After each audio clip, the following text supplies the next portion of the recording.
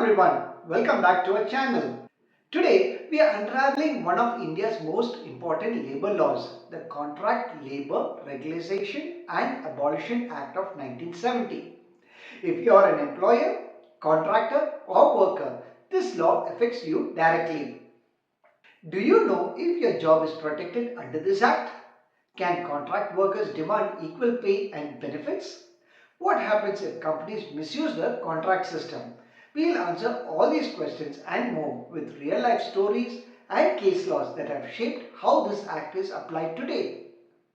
So, if you have ever wondered what rights contract workers have or how businesses can stay compliant, stick around till the end. Let's get started. The Contract Labour Regularization and Abolition Act of 1970 was enacted to regulate the employment of contract labour in establishments and, in certain cases, abolish it to prevent exploitation. Before this act, many industries hired workers through contractors, often without fair wages, social security, or benefits.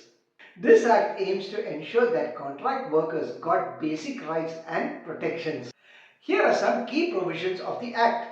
First, applicability. The act applies to establishments that employ 20 or more contract workers on any day in the preceding 12 months. 2. Registration and licensing. Principal employers must register their establishments and contractors need a license to operate. 3. Welfare measures. The law mandates canteens, restrooms, drinking water and first aid facilities for contract labourers. 4. Payment of wages. Contractors must pay wages on time and if they fail, the principal employer is liable to make payments. 5. Abolition of contract labour. If contract labour is being used for work essential to the company's core function, authorities can abolish it and direct the company to hire regular employees instead. Here are some landmark decisions regarding this act. First, Gujarat Electricity Board Thermal Power Station UKAI versus Hind Mazdoor Sabha. The Supreme Court ruling clarified that abolition of contract labour does not automatically mean absorption as permanent employees. Instead, each case must be examined based on the nature of the work and employer-employee relationship. 2. Air India Statutory Corporation versus United Labour Union. This case was a turning point. The Supreme Court ruled that if contract workers are performing tasks essential to a company's operations, they should be observed as permanent employees after the contract labour is abolished.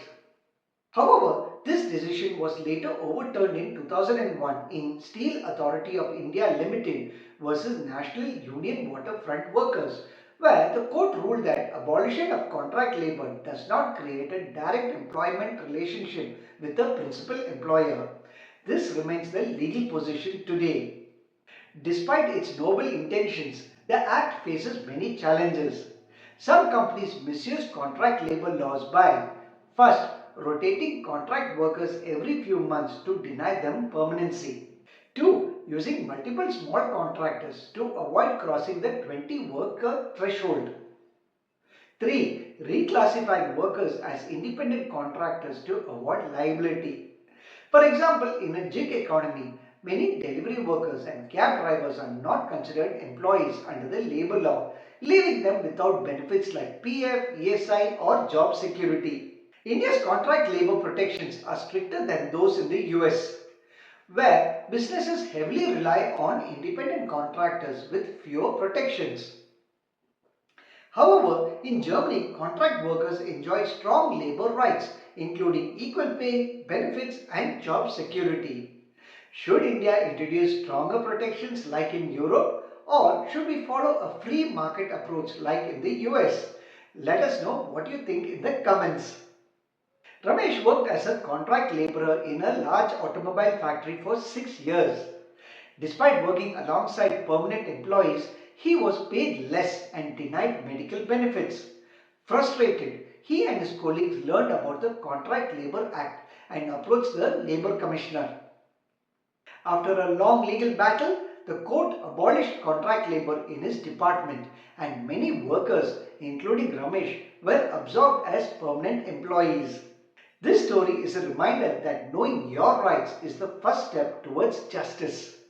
The key takeaways of this act are: first, the Contract Labour Regularization and Abolition Act 1970 protects contract workers from exploitation.